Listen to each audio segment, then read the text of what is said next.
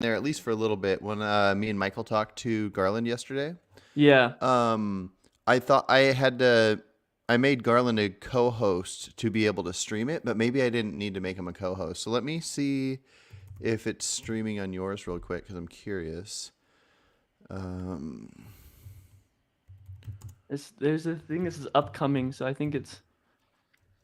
Oh, okay. it shows that it's live.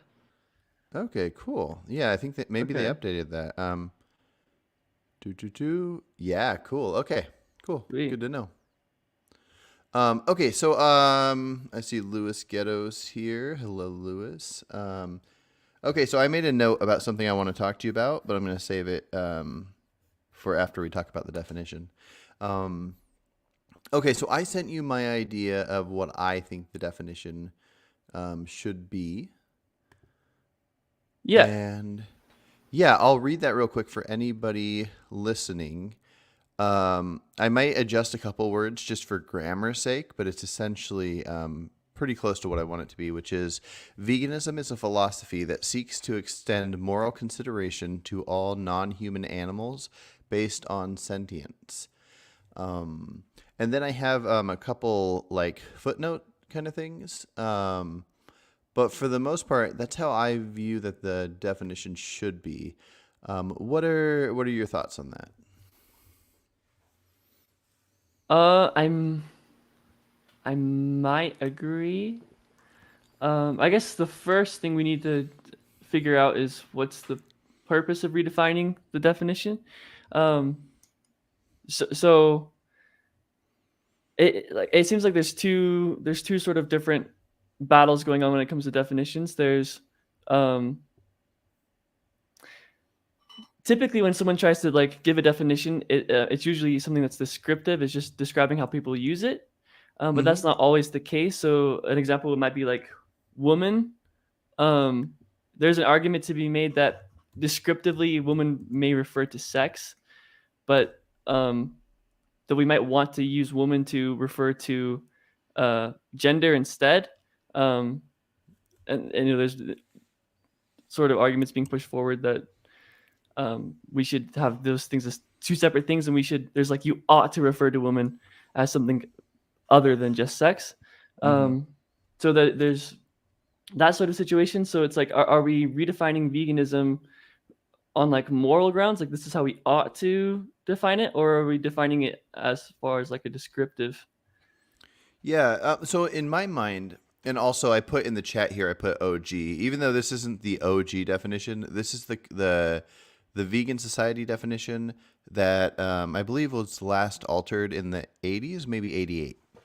Um, so the reason I personally think it should be adjusted, especially from what it used to be, um, is that I don't think anybody can be a full-on vegan. That's one of the things. Like I think I, th- I think that we can find any cases where we can find it. Like for example, a lot of people like the idea of this possible and practicable. We can ignore the silliness of the word practicable because it is essentially possible. So possible is basically the same exact word. Um, there are many things that are possible that a lot of people wouldn't and shouldn't do. Like if I don't want to choose a side here because it's so political, but anybody that wants to get the COVID vaccine, I believe egg product is in almost any vaccine. It's possible to just not get that, and therefore you didn't have egg product. But you could outweigh like, oh, okay, these studies show this, so I want this vaccine. I'll sacrifice this little bit of the chicken industry. So I just feel like no matter how you look at it, whether you look at crop deaths and you look at various different things, nobody can fully be this thing that we're calling vegan. So why do we want to decide who us in the group are willing to say, okay, you're a fellow vegan, but you're not a fellow vegan based on like this buddy I have that comes in here all the time to talk, Contrarian 420. He's as far as diet goes, he's what anybody would consider a full vegan, except he has a little bit of local organic raw honey. And the idea of deciding, okay, you're officially not a vegan because of this honey, but this person that maybe takes a vaccine, or maybe they can't get the right vitamin D from a certain vegan vitamin D supplement. So the only non-vegan thing they do is take a vitamin D supplement with lanolin, which is from wool. So anyways, that's kind of my first thoughts. Yeah. Okay. Yeah. I think I agree. It reminds me of like Alex O'Connor years ago was on the Charisma on Command podcast, and he Hmm. was talking about how like it, and you've kind of brought this up too, where it may be immoral to like eat more calories than you should. Hmm. So it's like, are you not vegan if you're like a little bit overweight, or if you're a bodybuilder, or um, like maybe you could eat half as many calories and have some health issues, but then that might be justified because you're, causing less crop deaths or things like that. So yeah, the whole possible or practicable, yeah, I think is a big issue as well. Hmm. Okay. The other reason for redefining it, oh man, I just lost it. Um, I had a reason. It'll come back to me. Okay, but so I'll skip past that. But one thing that's interesting is when I went to rewrite this, and the most important word to me that I was putting in mine was the word Sikhs. And I didn't realize that the Vegan Society one says Sikhs. So another thing I kind of want to do, if I can't convince the world to switch over the definition with me, I want to get the rest of vegans to realize how badly they've understood the definition. At least the possible practicable definition. The only place that ever has existed is this definition that's right here that says which seeks to exclude. So this definition is saying in a big way what mine is saying, just with a little extra information, that you're seeking to do this thing. It doesn't matter if you are fully achieving it or not. And I think if somebody is not achieving something, and there's something that's obvious to maybe fellow vegans, then it's worth the conversation. It's worth the conversation of somebody maybe trying to get that person that eats honey to not eat honey, or if somebody's a vegan, but then because of they just turned vegan, they've been vegan for a month, but they were so addicted to a certain thing like cheese or something, so they fall off the wagon and they eat it just based off their addiction. And then they're like, oh, but I know it's morally wrong, so I'm back on the wagon. And then they're known for falling off the wagon every couple months. This isn't good. It's probably tantamount to a Christian having premarital sex or something. But to say, like, you don't subscribe to the philosophy anymore just because you're not perfect at it is kind of strange to me. Yeah. Part of me is a little bit worried about Sikhs. That it may lead to like someone claiming they're vegan if they just don't eat cheese once every month or so. Hmm. If it may be a little bit too general, where um, yeah, it may lead to like the definition might not be confined enough, or it can really mean anything. Mm.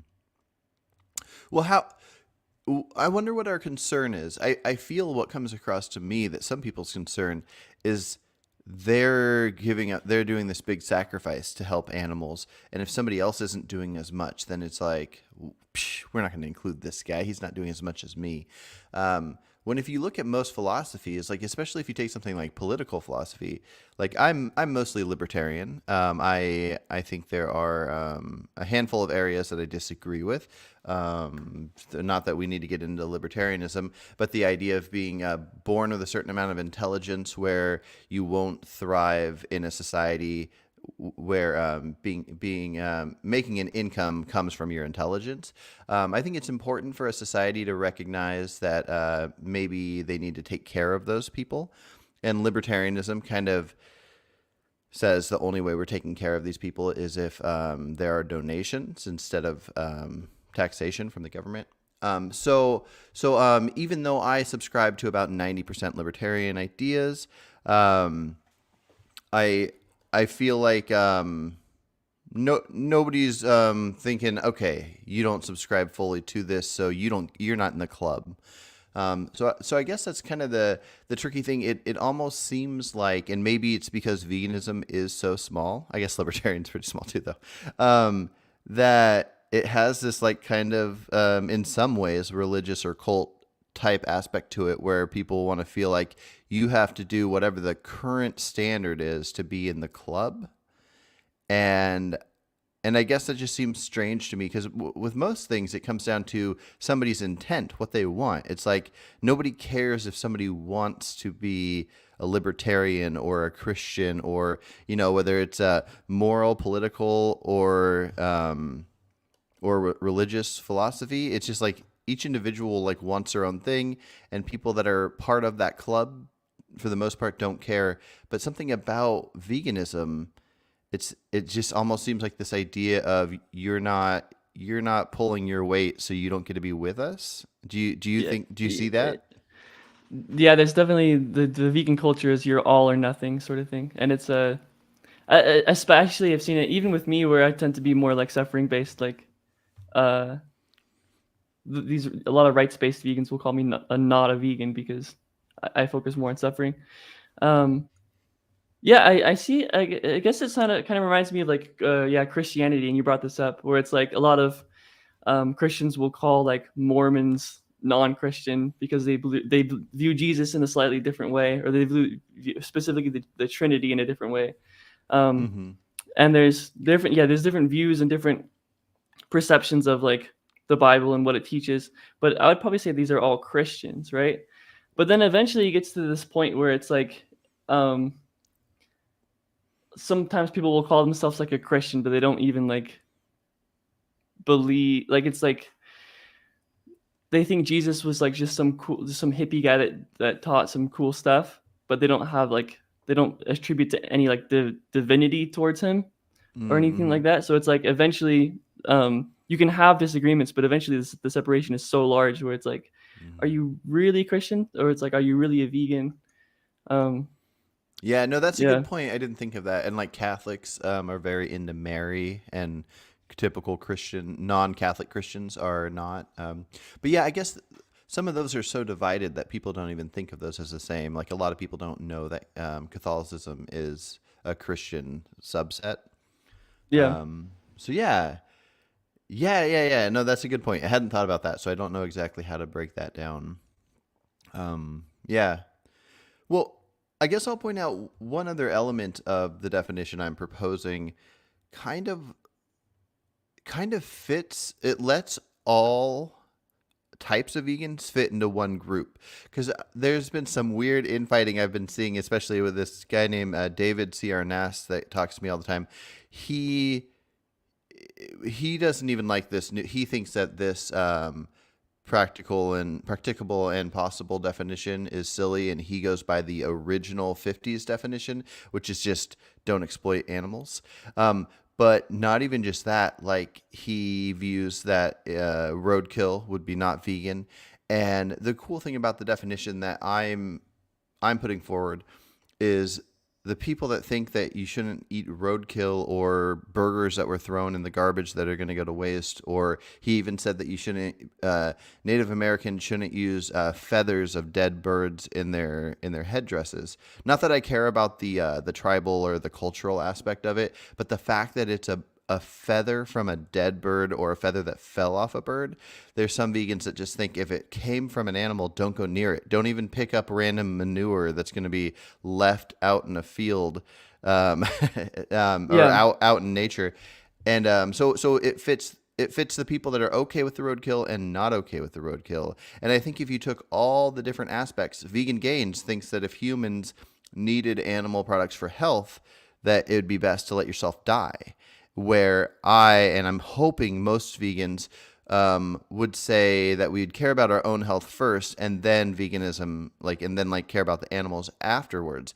So with my definition, you can be a wackadoodle like Vegan Gains with sacrificing yourself for the animals, or not. And so I think there is some kind of a benefit to having, you don't need to make a definition necessarily exist to fit as many people as possible.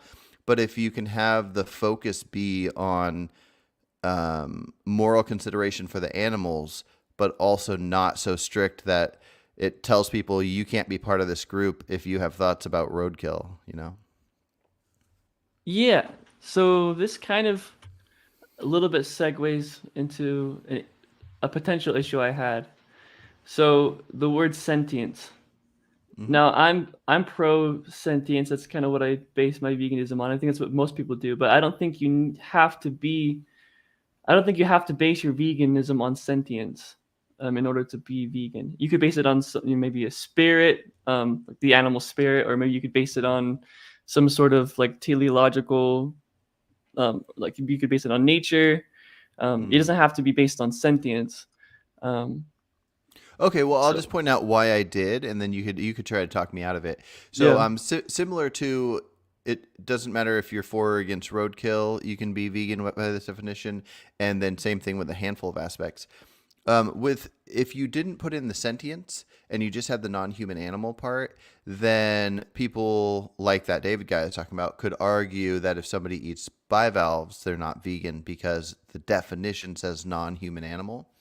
And so if you point out the sentience, then that would mean as we learn different things with science, like let's say 90% of insects are sentient, but 10 aren't, then you can be vegan and based on the knowledge of the sentience, you don't care about this certain insect. So if you don't mention the sentience, I think there's an issue unless you replace that with another word. yeah. So I think there needs to be something in there. I'm just wondering if sentience is there's if there's something more broad that sentience would Hmm. be replaced by. So let me think.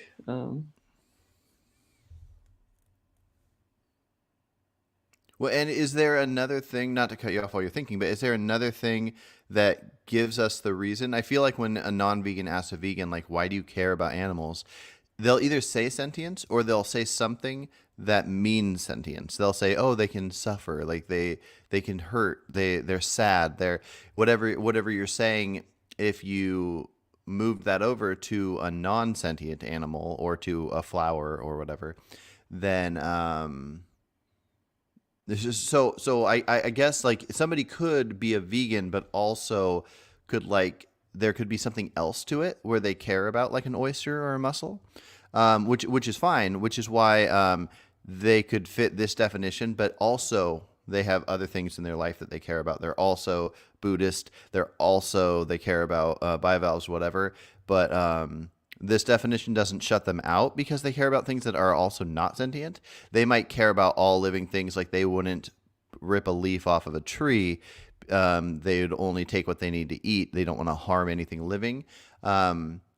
And they can have all these extensions, but I imagine it not working well if we don't have the definition point out the reason for caring about them. And if animals were not sentient, I don't know if I would care about them. If they were exactly what we're used to, where they're just cows and chickens and stuff out doing their thing, but we knew they were essentially robots and they had no brain, no central nervous system, they couldn't feel anything, they couldn't think in any form, I would probably be in favor of eating them. Yeah, me too. I'm very pro sentience. I mean, Yeah, yeah. hence why I eat bivalves, and yeah, I have no issue with non-sentient animals. I'm just saying that um, others could take vegan action and not have anything to do with sentience. Um, Hmm. yes, I'm wondering if maybe some Lewis is throwing out the word consciousness here. Are you preferring that? consciousness it would be a little bit more, yeah, a little bit more general than sentience would be. Though I'm wondering if maybe something instead of sentience, maybe um like individual consideration, but you already have extend moral consideration.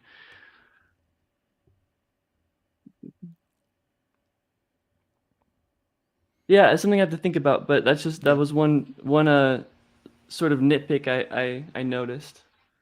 Yeah, yeah. Well, so I've been mostly discussing this with my buddy Michael, the one that was talking to Garland last night, and we were going back and forth because he values life at sentience, where I value the life of something that has the potential of being sentient. So the definition at many times had my definition had like a tongue twister of um, values the non-human animal that is typically capable of sentience or something like that. And I ended up going with this one. That way, anybody, because I had this hypothetical where if wolves, the way they gave birth was that a wolf went up to a hot springs and its non-sentient embryos came out of the wolf, went into the hot spring, and the wolf took off for a month, came back, and then hovered over the hot springs, and the embryo kind of like worked its way back into the mom. And this is actually how kangaroos give birth. You should look up kangaroo birth. It's awesome. The yeah. Anyways, but then the wolf would like come back, drop it off in the hot springs. And so my challenge to him would be, do you think it's wrong to, if a human came across this hot springs and saw the wolf pup that was an embryo, let's say it's something near the size of like a chicken egg, but it's not sentient yet, and but it will be, is it okay to end its life? And so his current stance is that it is okay.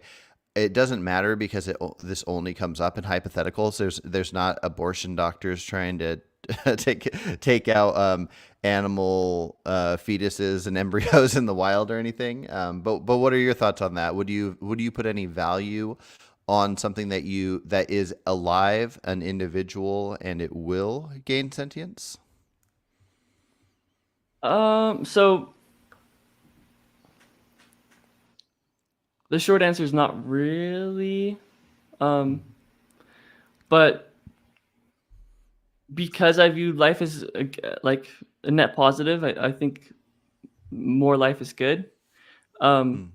But if there's like extrinsic sort of issues going on, like um, maybe the wolf doesn't want the eggs to go back or something like this. Like I don't, yeah. Mm. But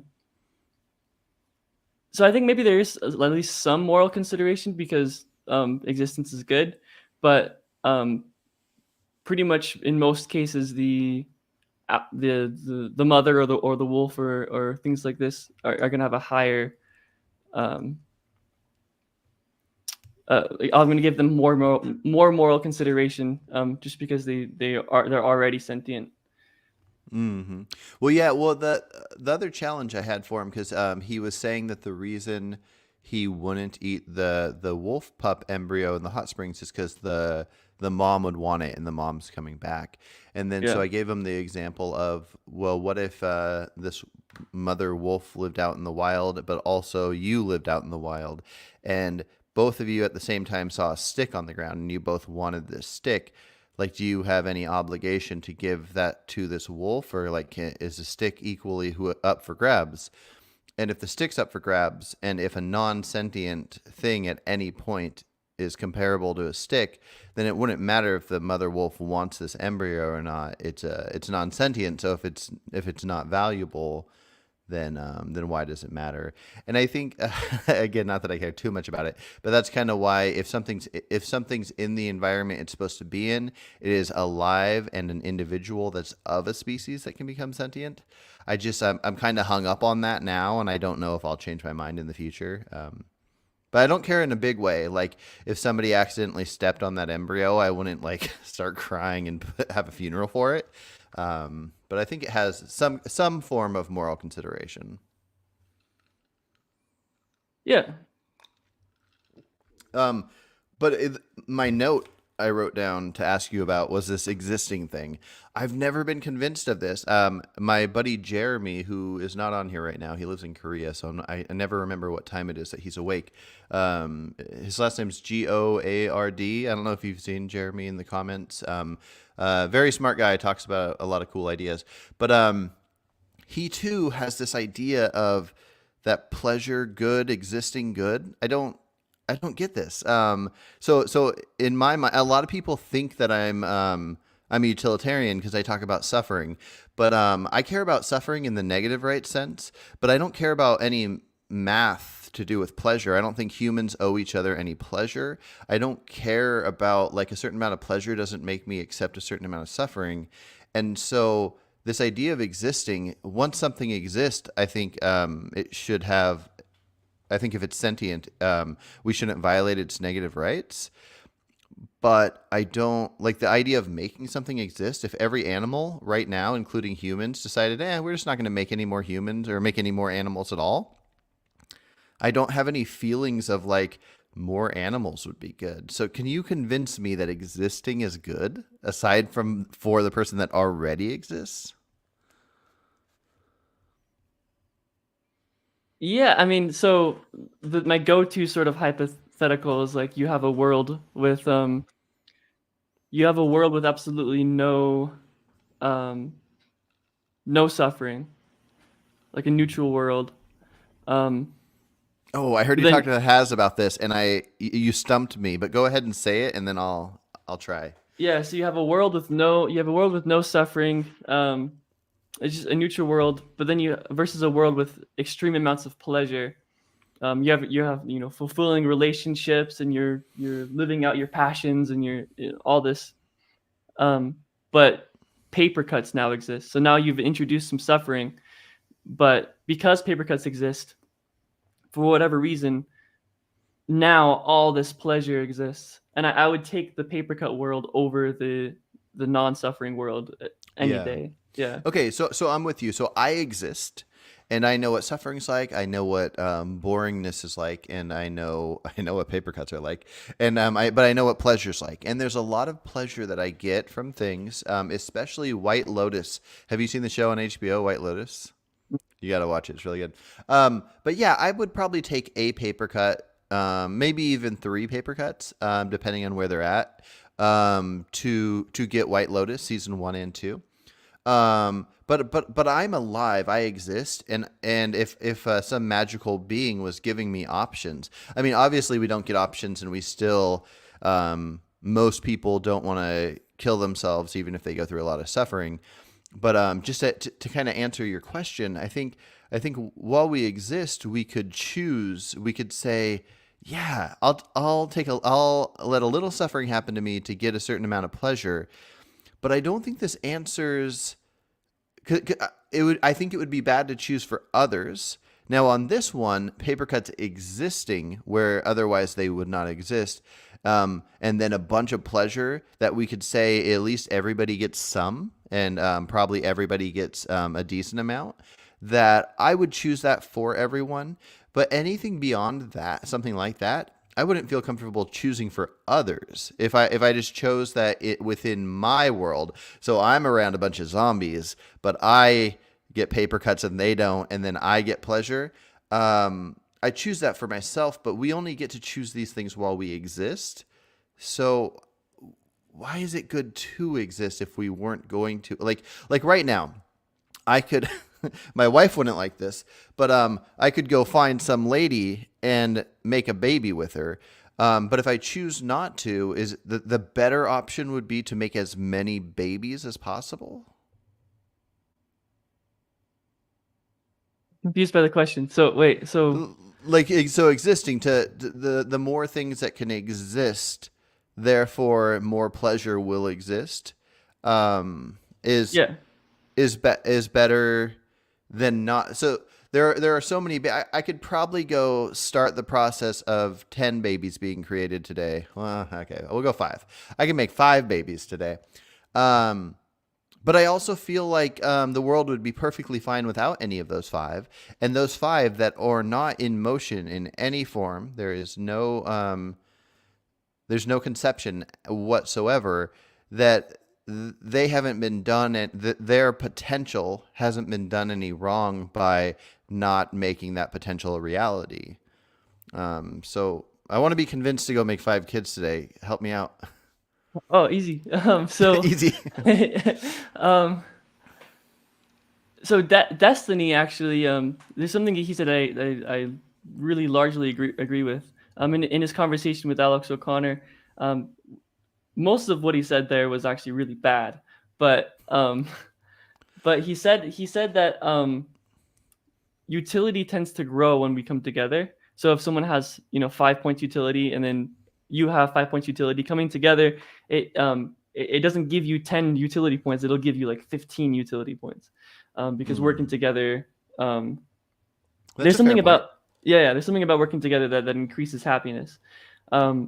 So more happy people, working together, um, kind of compounds the utility into more utility. It's like an investment. So yeah, I'd really say more happy people the better. And if you have the means to take care of, if you can sort of foresee that your child's gonna have a good life, right? If you're homeless and a heroin addict, you probably shouldn't have kids, right? But if you have a house and you have the means to take care of these kids, give them a good education, then it's like, yeah, I think you have almost like an obligation to have as many kids as possible. This is so strange. Well, I want to say one thing. So Mindy says, "Nah, we are overpopulated. Let's stop breeding these slaved animals."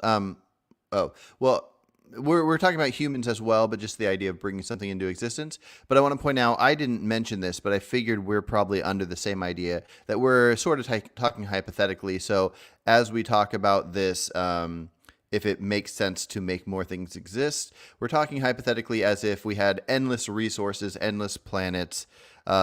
Bringing another human in, we're just, at least for me, I'm not factoring in overpopulation. We can just imagine that that there's not a negative side on that, because I don't see the benefit. I had a thought, but it left me. I'm gonna ponder it. Do you take the Benatar approach? What's the Benatar approach? So I mean, he's like probably the biggest guy talking about antinatalism. He gives this like hypothetical where it's like you have a planet um, with no life on it, and we don't see that as like a bad thing. It's just a thing. Like you could go to some land in Wyoming, and it's not a bad thing that nobody lives there, right? Mm-hmm. But then you go to some planet, you go to the sun or something, and it's a good thing that nobody's living on the sun being burned alive. Um, Mm-hmm. so he kind of uses this to show us that we care about suffering more than we care about well-being. Um, Mm-hmm. yeah. Do you sort of take that? I care about suffering more than I care about well-being in a sense, because I care mostly about negative rights violations. So I'm with you that there's no natural rights. And what I think I told you in a comment that I wanted to challenge you on that, because the closest thing I can think of to the idea of natural rights are that any reasonable human, I think, would want to start a society to have a set land that they live in, that they want a government to protect them, essentially. The closest thing to natural rights is that we know we don't want to die or be harmed. So if we lived in an area where there was a prison and law enforcement and a government, and we had the law, you don't kill me, I don't kill you, you don't harm me, I don't harm you. And if we figure out a way to figure out how property works, considering the resources, you don't steal from me, I don't steal from you. So everything outside of non-adults, out of humans in this society, it would be a mutual benefit. It wouldn't be based on morals at all. And that's the closest thing I can think of to like a natural right. And so I think that's probably the most important things humans can do. And oh, I was going to segue that right into what you just said, but then I forgot the main thing you just said. Nice. Me too. Okay. So yeah, I wanted to comment on that real quick. Yeah, for sure. So I don't know if you call that a natural right, more of just like a natural desire. Um, Um, Correct. So yeah. So I don't think there is such thing as natural rights. That's just the closest thing I could think of to like, so yeah, nature doesn't care about us. Nature doesn't owe us anything. We don't owe each other anything. And that's what I was gonna say. So that's what it was. Well-being versus suffering.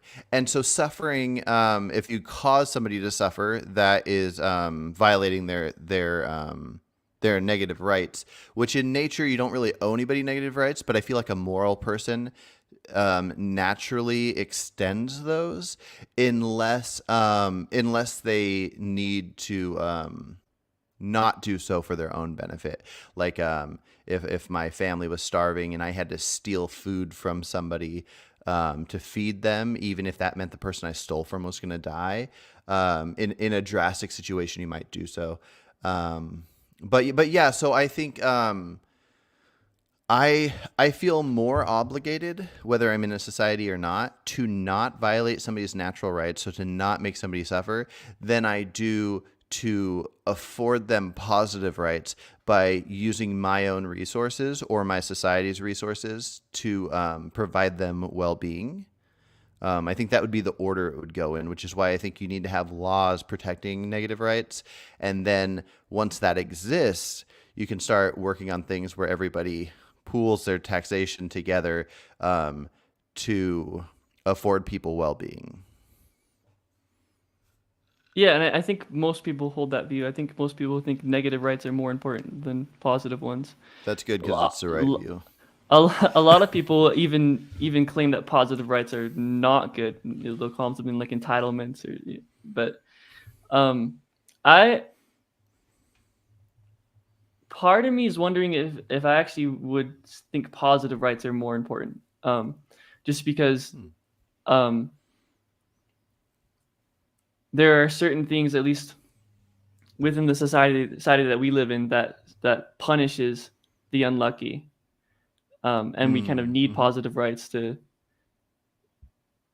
But by non-action is almost the same as inaction. Yeah. I know what you mean. At this point, and we'd have to break it down to know for sure. But I think even if the outcome was worse, I would still have to focus on the negative rights. If I had to lose an element of my free speech, which I think once you're in a society, that's probably the most important thing. The government not being able to throw you in jail because you talk bad about your king or your president. Having complete free speech is, I think, one of the most important things humans can do once they have a society. So I don't think I would sacrifice any amount of that. Like, I don't think I would let 5 words be removed from my speech if the outcome included additional positive rights for well-being. If just looking at the outcome, more people suffered and died, I would still put the higher focus on the negative rights. I view that as so valuable. Yeah.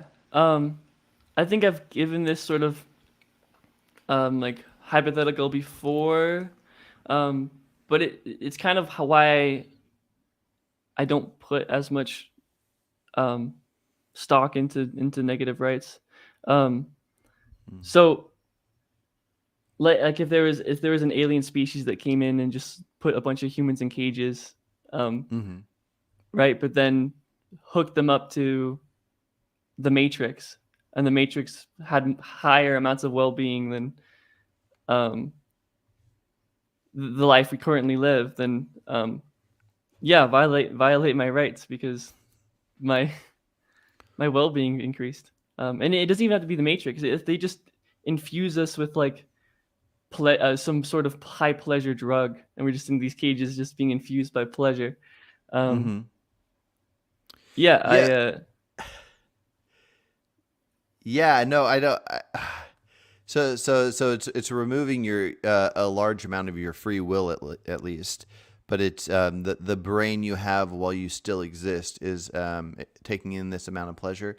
I don't really know exactly what to say about that. I can't really counter that that argument. I think to that degree, it's a decent one. But I still don't accept it. Like yeah, like if I kidnap somebody who had a horrible life, but then I gave him all the best foods, and I'm like seriously, I'm forcing you to live with me, but you can have all the food you want, watch all the TV, you'll have all these things. I looked into your future. I know your future is going to be horrible every last second of it up until your death, and instead you're going to have this great life. You can't leave. Um, I need you to have conversations with me because I'm a social creature and I want to talk to you.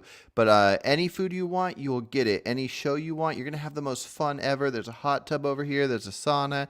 You can go on all the vacations. I got a private jet that'll take you wherever you want, but you can't leave. The outcome might be better than that person's life if we looked into the future and knew that person's alternate life was going to be bad. Something about my brain, I cannot accept the idea of taking away that negative right. Yeah, this reminds me of when I started to become convinced that there's no such thing as free will. I remember like being introduced to some of like Sam Harris arguments, and I was like, no, that's silly. Of course we have free will. That's like, but I didn't really have any counters to it, and I don't know. These days I'm very much there's no such thing as free will. I'm very much I know Sam Harris made this like um podcast episode where he's like, I view free will the same way that I view four-sided triangles, and that's Mm. sort of the uh, where I stand as well. And No, but when I first heard about it, I was very anti the idea, and then but I didn't have a counter towards it. At least my mind didn't. But I have a list of over 100 questions I want to personally ask Sam Harris. He's my favorite. He's my favorite social commentary person. Like Destiny is probably right up there with him. But I have a huge list for him, and my number one question is about free will, and I'm gonna tell you that question in one sec. I don't think we should get too far into free will, but yeah, my whole life I've always kind of viewed things with the idea that most free will doesn't exist, even though I didn't think of it on those terms. Like when I think of somebody that imagine somebody that I'm not going to say the term of that commits a horrible act involving children and they go to jail or whatever. I think these people need to be removed from society. They need to not be able to do that again. But I've always had this like kind of feeling of like somebody doing this act that they think is everybody thinks is horrible, but they can't not do because their brain is off. Like they don't, in a sense don't have free will. So like I don't. A lot of people would want them to suffer and all this stuff, and I'm just thinking they have to be removed from the ability to do what they did. But to view them as anything other than they're born with how they feel has always seemed barbaric to me. So in that sense, and I've heard Sam Harris also talk about prisoners, and we can have this relief to go, oh, these people aren't doing this horrible thing because they super badly want to. They just have this idea. And so I agree with that element of the free will situation. But the part that I know that there's at least some form of how our interactions aren't all not including free will would be something like if you learn new information, you're going to act differently. So there's nothing within you. There's no Jerem element that can go, I'm choosing to take this new information this certain way. But existing and having conversations can make us act differently. And so I'm going to stop rambling about that. My question to Sam Harris is going to be, if there is no free will, then when your child does something horrible, because he has two kids, I can't remember, like maybe 8 and 10, do you what if your child says, sorry, Dad, no free will. I had to do this thing. Like does Sam Harris go like, all right, you're not in trouble? So that's my question for Sam. Yeah, I'd like to hear him. I'd like to hear him answer it. Yeah.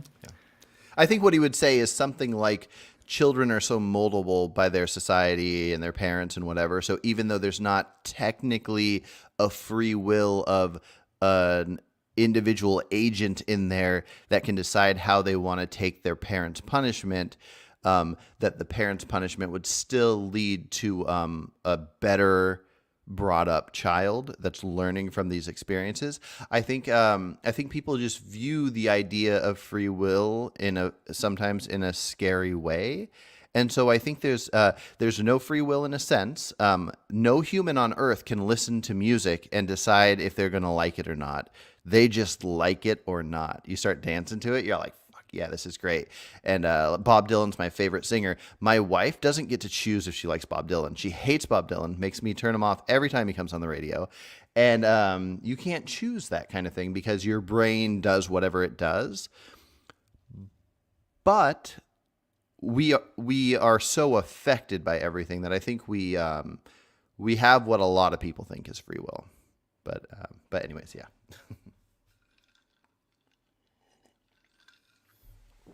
Yeah, I'd probably answer pretty similarly to Sam Harris.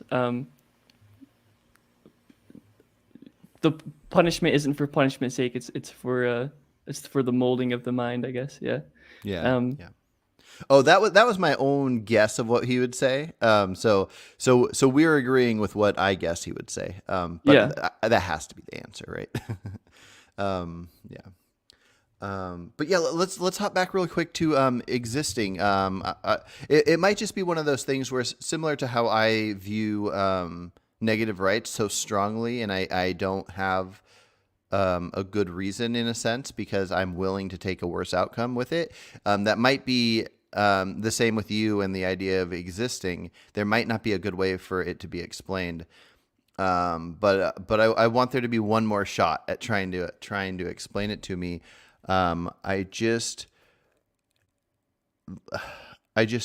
don't get it.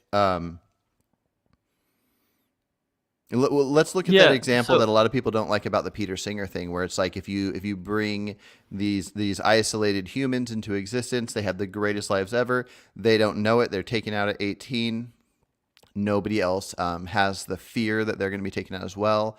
I really want to sit down and talk with people to explain. I don't think people fully understand how important that fear is, that the rest of us not having the fear is such an important level, and I love the hypothetical. But anyway, setting that aside, my first challenge I gave myself when I heard that was, if I wanted children and I wanted to live and whatnot, and I knew that the human race only lived to 18 and then died on their own, would it make sense for people to have kids if they knew that?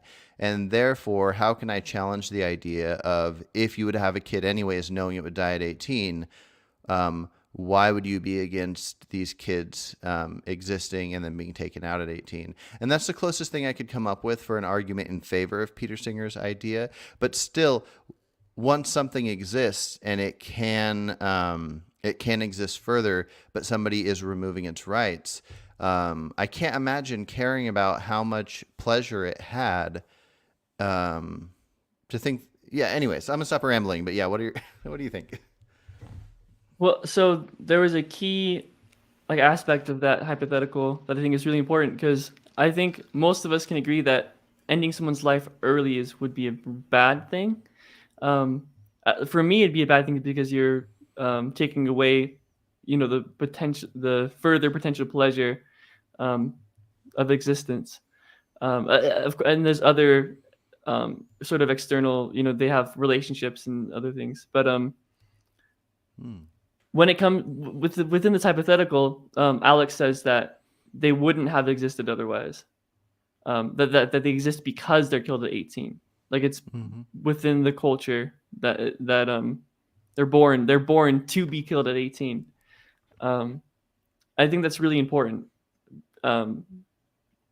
Yeah, and we might have to just disagree because it goes back to the existing being good. But yeah, that's the key. I think that's the key thing that a lot of people miss. It's that they wouldn't have existed otherwise if they weren't killed at 18. We'll look at Garland. So Garland's idea, he's against factory farming. He thinks farms should all be regenerative farming. You have these cows, you give them great lives, and they just eat grass, and then when they're killed quickly. Wouldn't that mean that you would be in favor of that? They wouldn't have existed otherwise. They're bred by humans to exist. They're gonna, if we could give Garland exactly what he wants, and I guess kind of Singer talking about the chickens and the amount of chickens per hectare, um, which I didn't fully understand because Singer did say he wanted total liberation, but then he was also kind of defending the idea of using chickens if there was a certain situation. But I think that's just, this is better than what we currently do, where really he wants the total liberation. But anyways, Garland's farm. Would you say that Garland's actions are acceptable to you? You wouldn't want him to shut down his farm? So it's a yes and no answer. So uh, I'm not in favor of Garland's farm. I'm in favor in that it's better than factory farming, right? Mm-hmm. Um, but I think there are better options that exist. Um, but I guess I could give like maybe a hypothetical farm that I might be in favor for. Okay. Um, so if you had like pet cows, um, you breed cows into existence, or and they live really nice lives on a farm. Um, you can play fetch with them or whatever. Treat them like you would dogs. And then similarly to dogs, once they get old and start getting sick, and to the point where their the suffering kind of outweighs the net positive of their experience, you would uh, euthanize them, Mm-hmm. like a painless death. And then um, there's going to be some sort of like practical issues, like after you euthanize an animal, you can't eat the meat, stuff like this. But if you could figure out a way, I wouldn't really have an issue with eating that meat. Just like I Mm-hmm. wouldn't have an issue with eating like your golden retriever after Yeah. you euthanized it after it lived a full happy life. I'm Um, guessing you wouldn't have an issue with eating grandma either, right? no, yeah, I wouldn't have an issue with eating grandma Okay, either. I thought so. Um, Christian over here had a question. You'd have to sign off on trait equalized humans being bred, given decent lives, so on and so forth. And I figured that you would feel the same way there. Which I don't feel exactly the same way as you, especially the euthanizing grandma. But if grandma dies of natural causes, um, then if it were healthy to eat the meat, and if we could look into the future and we realized that eating grandma wasn't going to lead people to start poisoning their their grandparents so they could eat them yeah, afterwards or whatever. I what happens to something dead already doesn't matter to me. But part of Christian's comment was the breeding though. Does the breeding affect anything? Especially if they have the benefits. Let's just say cats. Let's say cats were edible. Like, I guess cats are edible, but let's say that they're healthy for us, and it was similar to the 18-year-old humans thing, where so right now we're used to having cat pets. Let's say cats would naturally live to about 20, but similar to the 18-year-old humans. What if we only had once a cat reaches 10, you euthanize it as painlessly as possible, which they can do. You just inject it and then it slowly just falls asleep and doesn't wake up. Mhm. And then you eat it. If that first 10 years, it was just in all cases for this hypothetical, they were just given the greatest lives. They wouldn't have existed otherwise. They were bred to be well treated pets and eaten at 10 instead of getting to live to 20.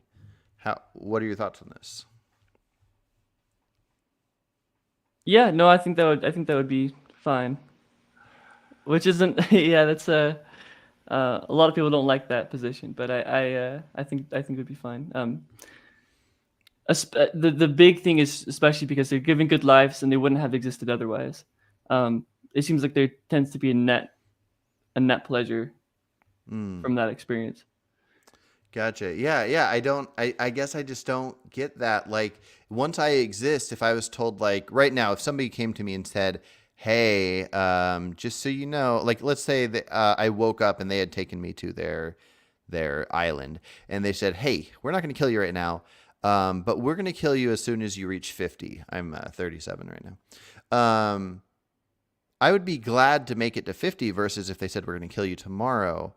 But but yeah, that the idea of that I'm already here, I just the idea of saying like, if you wouldn't have made it to this level, if you wouldn't have lived this long, the longer you exist makes it better or acceptable. I don't know, because it's tough once you already exist. Because I wouldn't want to go, because now that I exist and I want to continue whatever it is in the brains of things that evolve to keep producing and evolving. Something tells me that nothing bad enough could make me say I wish I never existed. But if it didn't exist yet, I can't get there. But Has says this topic reminds me of my pickled fetus hypothetical. Jerem and I discussed. Would love to hear your thoughts. I listened to that whole talk and I really liked that talk. I remember that I kind of missed an element about the fetus. So let me know if I got this right. So a woman intentionally got pregnant, and then once the fetus reached a certain age, and I think it had to be sentient, right? Once it reached a sentience level, then the woman removed the fetus, put it in a pickling jar because she liked the look of it, and then kept doing that. Is this correct? Yeah. Okay, and then we're assuming there's levels of pleasure that it just naturally got, assuming the mom wasn't smoking while pregnant, and so there was some levels of pleasure. Yeah, yeah. No, I don't think that once something's alive, it should be harmed. So I'm pretty anti pickling fetuses. I can't remember what was your Yeah, stance so on that? within the conversation, we kind of determined that they would have the pickled fetuses would have sort of a net well-being life. You know, they get to float in this jar, and you know they don't their Oh, sentience they're level alive like in in there. Okay, that's the yeah part I missed. Okay. yeah. So and I would even say and this doesn't work really in the practical world, but even if there was some suffering involved to the pickled fetus, Oh, if the Has says that pleasure. not alive in the jar. Oh, okay. So, Maybe I misunderstood. so it But must have been something like the something like that. There's pleasure before, but I guess this could okay. work out even with a birthed 1 year old. Outside of the idea of people fearing that now they don't have protection from their government, if some lady just kept giving birth to babies, raising that baby, giving it the best 1 year of its life, but with the intention of killing it to pickle it, to preserve it in a jar, I guess. And she kept doing this every year with a new 1 year old. I think, does your stance pretty much go across the board, humans and non-human animals? If it wasn't going to exist anyways, if you make it exist and you give it a net positive life, then the rest doesn't matter. The rest doesn't matter. Like you would Yeah, prefer it not happen. You would prefer that somebody doesn't take away the negative rights, but you would rather it happen than not happen at all, than not having it existed. yes. The ultimate goal is well-being. So I- if letting something experience well-being means that you have to kill it early, give it a painless death, or um, maybe introduce some aspect of farming it, yeah, I think that would be justified. Gotcha. Most of my issues really just come down to like pragmatic ones. Yeah. Yeah. I mean, I think there, even though, so my first instinct is that your thought's crazy. Like, I think that idea of needing to exist is crazy. And I think the idea of existing long enough to have a higher level of pleasure than suffering in your life and then be snuffed out, I think that's crazy. The reason I don't think it's crazy is because once something exists, I agree with you. So there must be something not crazy to what you're saying, because if somebody gave birth to a baby and they told me in a year I'm going to kill this thing, but it won't feel any pain. And between now and then, it's going to be the happiest baby. It's going to get the most peekaboos possible. It's going to get the best breast milk ever. I'm going to eat so healthfully that it's going to love this breast milk. And yeah, whatever makes the baby happy. And let's say I had no control of saving this baby or getting the government to stop this person. I would say every extra day you can give it, if you're giving it pleasure, I guess I think that's good. Go, like, I can't argue that. But if she didn't give birth yet and I knew that, I would say you knock it off. Do not get pregnant.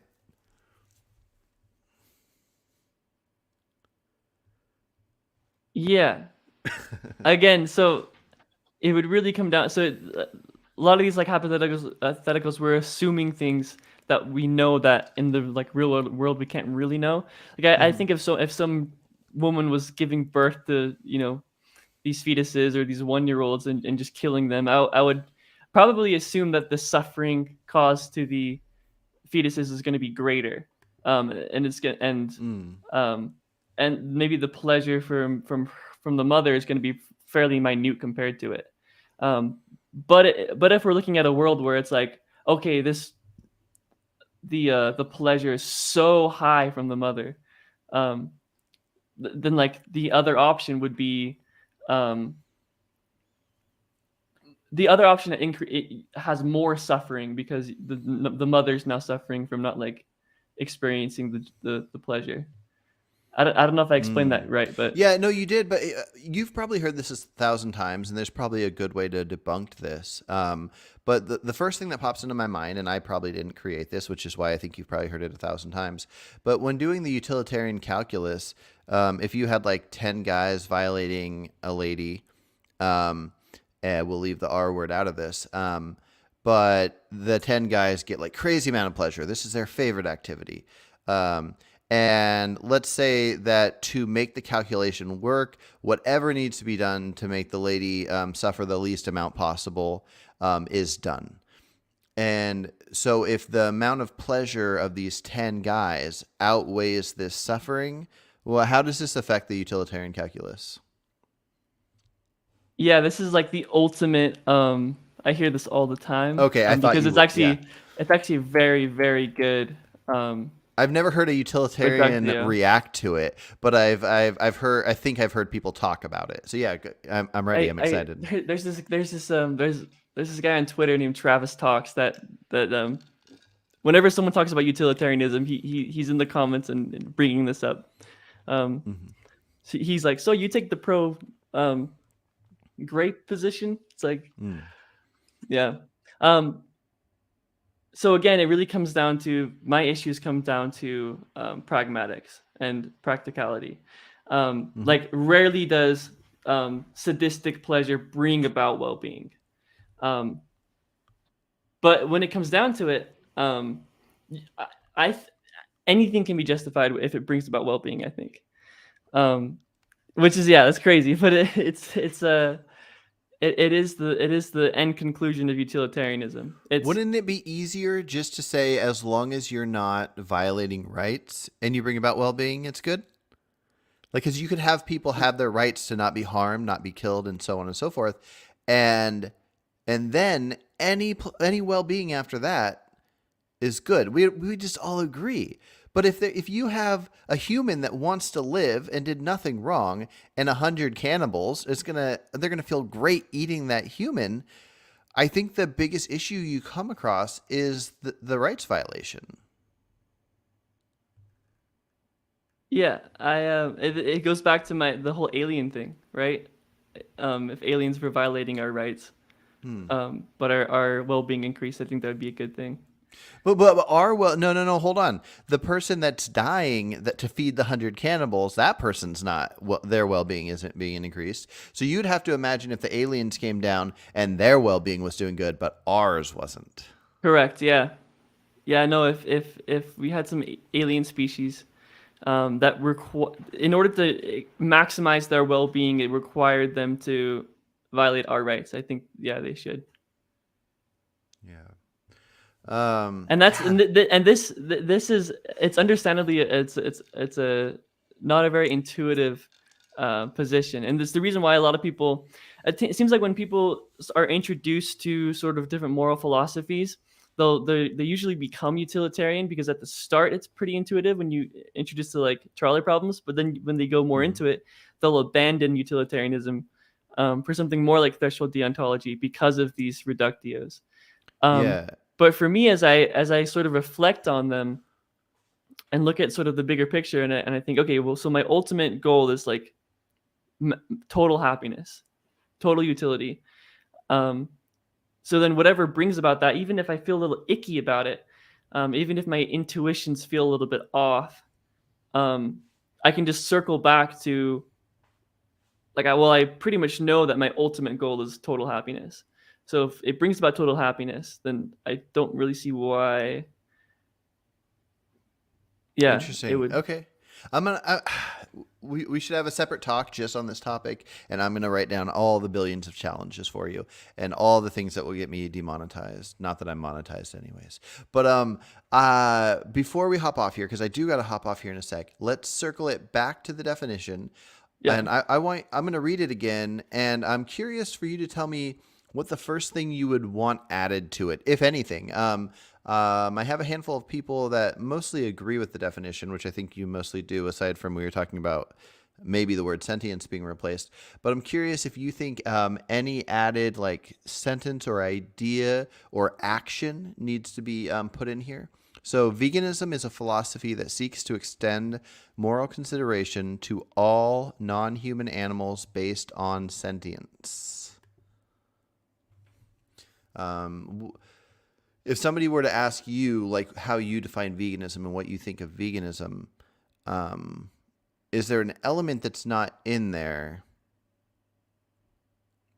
that you think would need to be?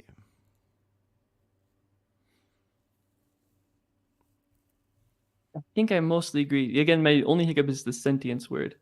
So I would think maybe um let's see if I maybe something like veganism is a philosophy that seeks to extend moral consideration to all non-human animals based on individual moral frameworks. Oh, of the humans that hold it. Yeah. Um, philosophy that seeks to. Yeah, yeah. Well, I almost feel like that was kind of my intention by the extend moral consideration would be that each individual would extend the moral consideration the way that fits into their framework. But yeah, that might be something that would be worth Or maybe putting some into there. consistency word. Veganism that let's see, veganism is a philosophy that seeks to extend moral consideration. Um let's see, where would I put consistency in there? But I think, yeah, the word consistency, consistent with moral consideration to animals that is consistent with what you value in moral consideration consistent across species. Um, Well, how about this? yeah, How about like ponder it for a bit and then like completely with a clear mind write down how you would define it. Like if somebody said, Jerem, we want your definition of veganism. Like if the assignment for every vegan was to write their own definition, write it down and send it over. I've had friends that do the same. They'll write theirs down and it'll be like within 1 or 2 words of mine. And sometimes it'll be like with, there'll be 100 words. yeah, So either way is fine. It doesn't matter how close or not close. In fact, I think there's so much value to the current vegan society definition that mine has a lot of similar elements.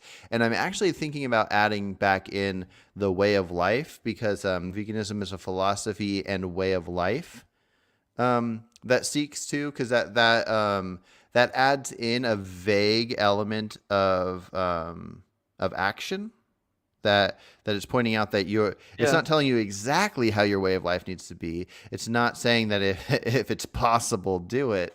But it is extending the moral consideration is a mental state, I feel, where the way of life would be showing that there must be some attempt to at least seek the way of life. So I think I'm going to add in the way of life part. Do you think it would be crazy if the world if people started referring to themselves as vegan, if they cared about animals in the way that us typical vegans do, but they were far from the actionable side at that point, but that was their goal?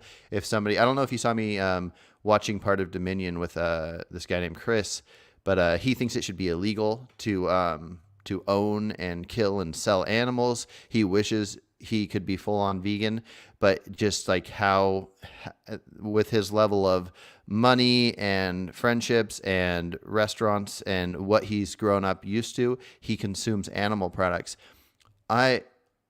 He's about the extreme version of what I would consider vegan in my definition.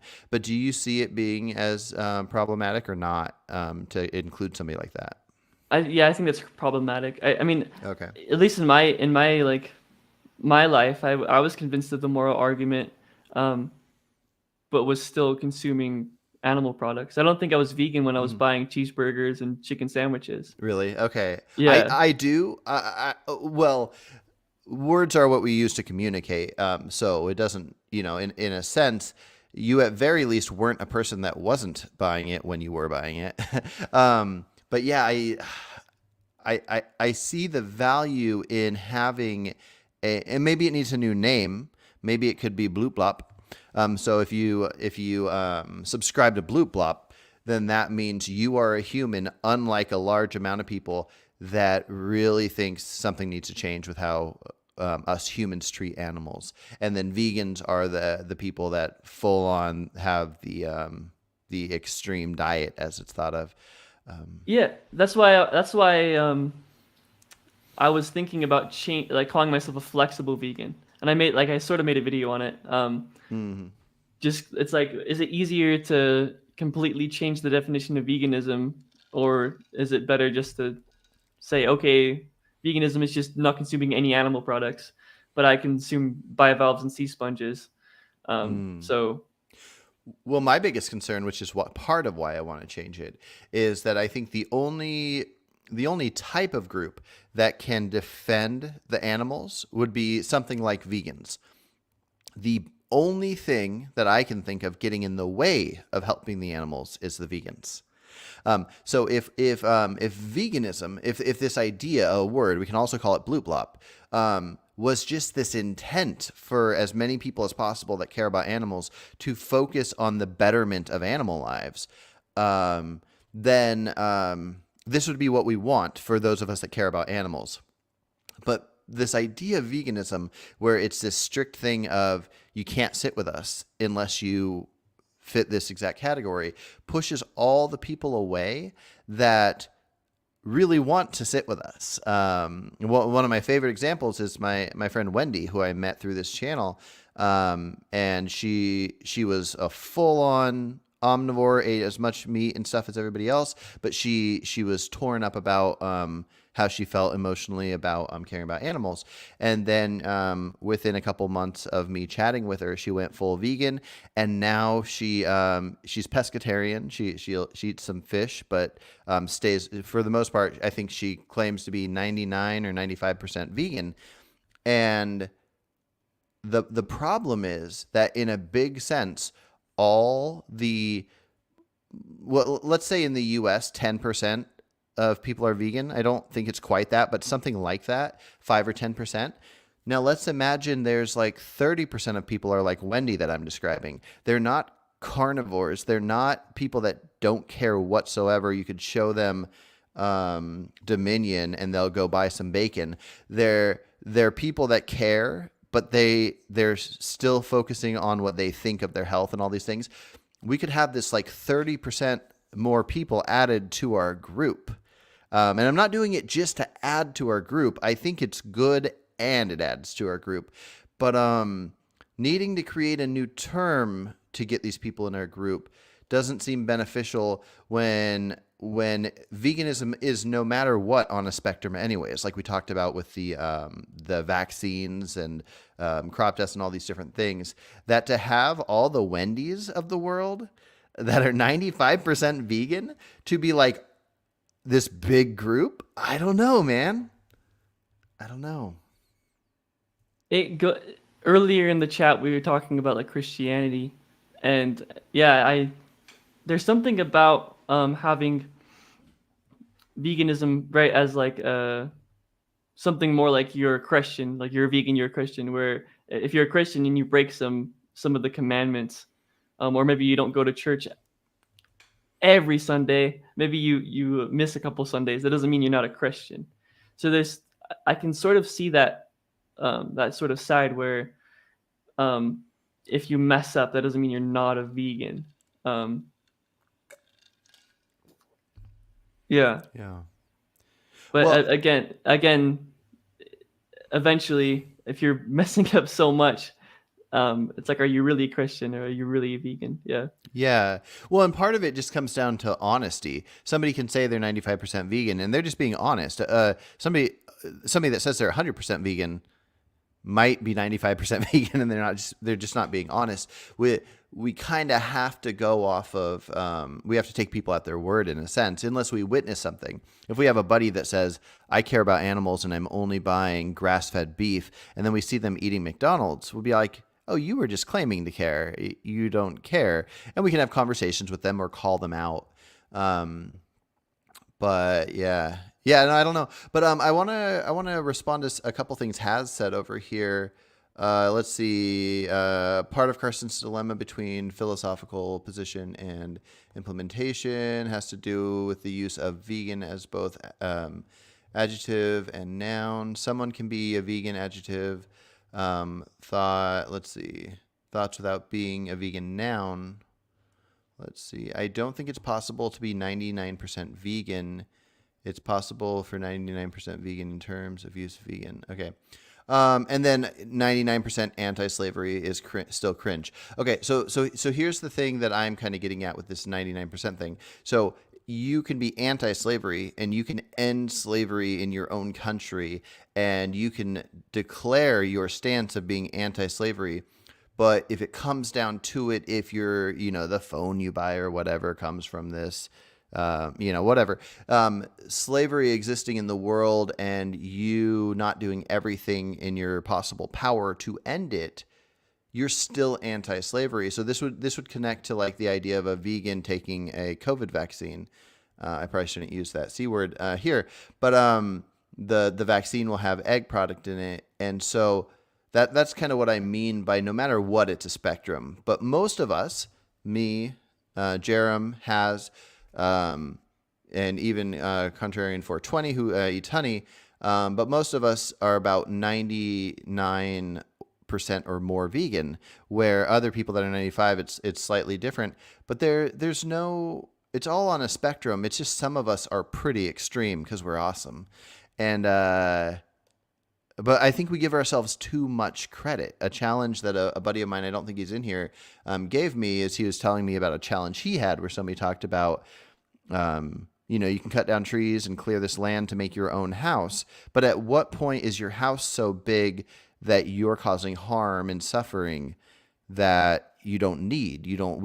If we lived in a little cabin with the right amount of space we need to have the perfect shelter, but no more, then that's what I call probably the best. But any amount of bigger room, taller ceilings, past that is using up resources that causes some harm.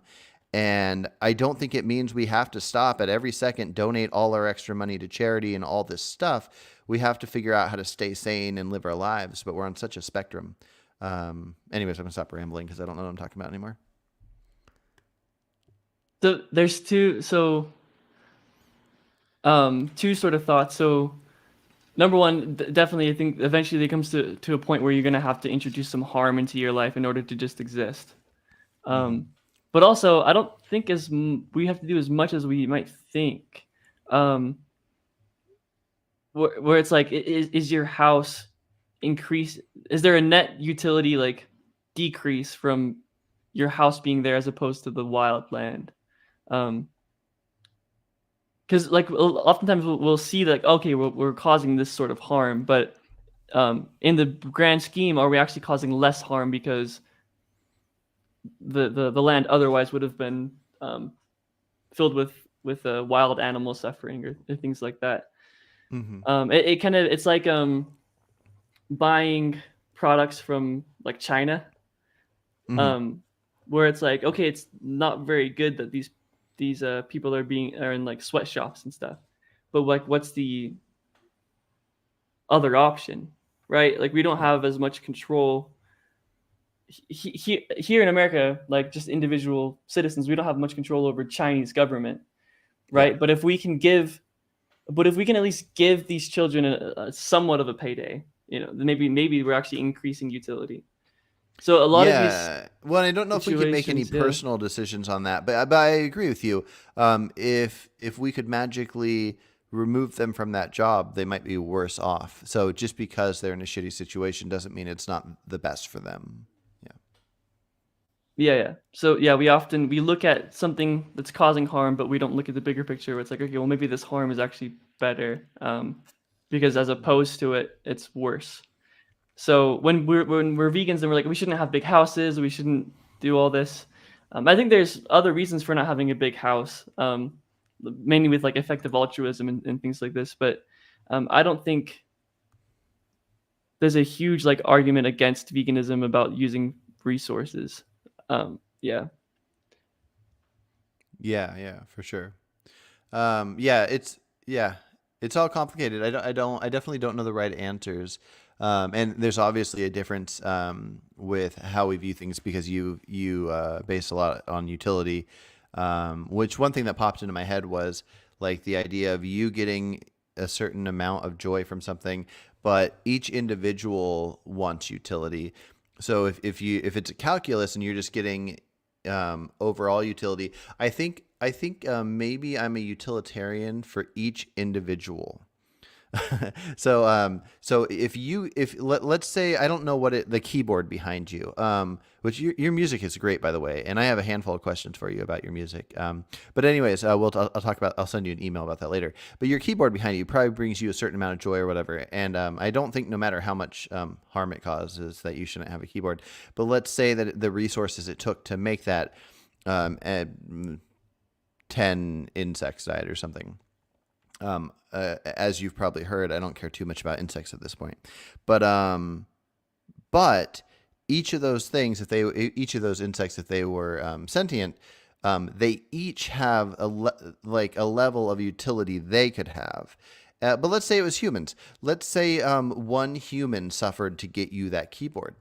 That human has their utility level, and you have your utility level, and if them making the keyboard made their utility level go down a little bit, but yours go up a lot bit, I just don't think we can add the math and go, there's more utility overall, because each individual, aside from having empathy and care for others, each individual cares most, hopefully, about their own utility.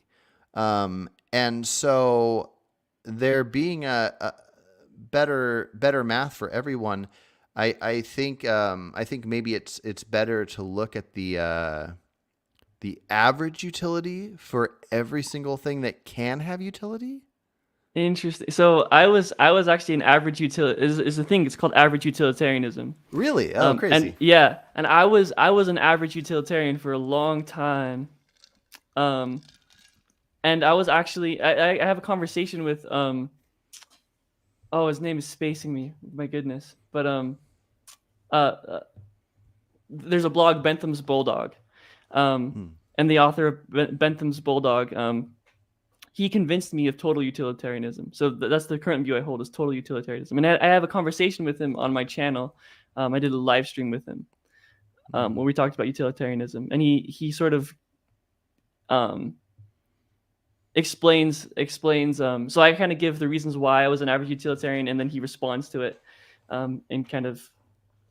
Yeah, so I would encourage you to look that up. But the issue with average utilitarianism is basically that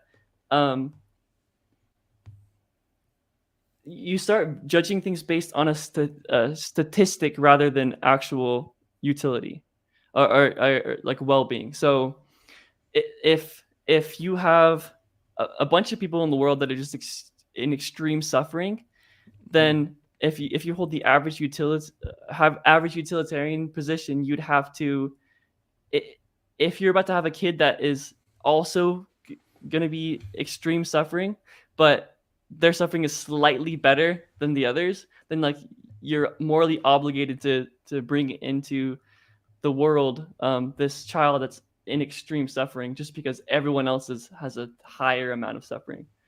Or Gotcha. Hmm. yeah. Um, so things like that where it's like you start judging things based on statistic and not on actual um, like individual well-being. Yeah. Um, Gotcha. I need to ponder that more, and we should definitely have an entire conversation breaking that down. Contrarian 420 says there needs to be a new higher tier category to solve this. People that, let's see, people that care about animal suffering in relation to their consumption, and people that don't. Carnist versus carnist and non-carnist. Um, yeah, okay. It took me a second to fully get what he was saying, but yeah, it's kind of like the idea of you can put people into categories. If you just took all the humans and then like 50% of them like care about animal suffering, even if they don't fully act on it and they're not vegan. I think this is what he means. And then like this other 50%, they can see this happening and they just go like I wouldn't punch a pig in the face, but at the same time, I really don't care. If it goes through a lot of suffering because I like the bacon and I care about myself more. Um, let's see. Okay, that's right. This Carist. reminds He might me have of said. Oh, he said carist, not carnist. Carist and non-carist. And yeah, that's how I break down my definition in a footnote that's on there. Um, I have a section. I don't know if I sent it to you, but I said who falls into this category and who does not fall into this category. And it's essentially like this: you are a person that cares, or you are not. And yeah. Yeah, maybe this is like a huge tangent, but the question a little bit reminds me of there's like this Reddit post, and I vaguely remember where they were talking about you can separate the world into like two different categories, like those who like bagels and those who don't like bagels, Mm. and you can it kind of was pointing to this idea that you can just take two of anything and separate um, people into two categories. Yeah. Yeah. Yeah, no, that is interesting. Yeah, and maybe this is not beneficial for me to be on this crusade. But yeah, and not that I think people are just going to go, oh, here's our new definition of veganism. Hopefully it brings up good conversations and whatnot. But yeah, I really think the thing standing between what we have now and some form of total animal liberation is the lack of involvement that we let non-vegans be in. So I yeah. agree. Yeah, absolutely.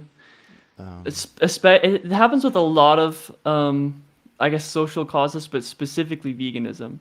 It's very much an all or nothing type thing, and we really need to be open and because yeah. people change their minds through reflection, not through being defensive, and yeah. So Yeah.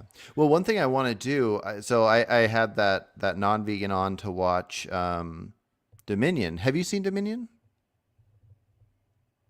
not the whole thing. I've seen quite a bit of You Dominion, watched but like the opening with Rooney Mara narrating the pigs situation? Yeah, yeah. so I want to, instead of sitting down with non-vegans, and you know how the Cube of Truth, they have people out there with the laptops and the V for Vendetta masks, and people watch it, and you talk to non-vegans about this. Yeah, they do them here in I mean Utah. They do them here in Utah all the Okay. time, and yeah, Salt Lake Well, City and Provo, and yeah. I realized the people I need to be doing this with are vegans. almost all vegans I talk to, not you, but the other vegans I talk to. And I think this includes Haz. So Haz, you need to do a stream with me where we watch Dominion so I can convince you to change your mind. I want to have Haz and Turning Veganese and a handful of people that say total liberation or nothing, and welfarism is wrong. And I want to sit there and watch Dominion and see what's happening to these pigs, and see the harm and suffering that's happening, and say that we humans shouldn't be fighting for them to have better welfare in the meantime. And I really think, especially if we recognize the likelihood of veganism in any, like, total legal veganism in any realistic future, let's say in the US, the distance away that is, and the likelihood of animal welfarism not pushing that any further, I think people should be focusing at very least 50%. But if I can't convince them of 50%, do 10%. But it probably should be more like 80% of your time should be focused on getting everything you see in that opening 20 minutes of Dominion with the pigs. The mothers are in these tiny cages. The pigs get the teeth and tails cut off. Then those pigs are crammed into a spot for like 3 months before they're executed. And all these different things. And if you witness this and you imagine yourself in their shoes, the reason why we expect people to go vegan, and you don't want to do everything in your power to have the legal system say cameras have to be in these factory farms. You can only fit this many pigs per amount of space. You cannot cut off the tails and the teeth. You cannot take the runts and smash them into the ground. You have to let a humane society pick them up or something. Like, we should be demanding all this. And if we did, not only would almost every non-vegan be on board to demand this with us, we could have changes just like happened in the UK. This should just be at the forefront, I think. I'm angry, so Yeah. I'm going to stop rambling. I agree. I know. I agree, man. Like, I think most people, you're gonna need to convince them to be like fully vegan, but it's gonna be really easy to convince them to just like introduce regulations into factory farming. Like, if you could just get everyone on board to make sure every farm was a Garland Farms farm, Mm-hmm. or a Joe Salatin farm, um, then that's a huge win. And yeah, that's a huge win, and it's more likely that's going to happen because it's going to take a lot less convincing because people are already on that side. Yeah. Yeah. Oh, definitely. Yeah. And Contrarian 420 says veganism is doomed if we remain fringe. Yeah, no, definitely. And then has said that he's looking forward to the talk with me on welfarism. And yeah, we got to set that up soon. But yeah, I do got to hop off here. I got to take my kid to the park, and she's meeting up with a friend, and we got to get out of here. But this was a great talk, and we got to do it again sometime. Of course. All right. Take care, man. All right. Adios.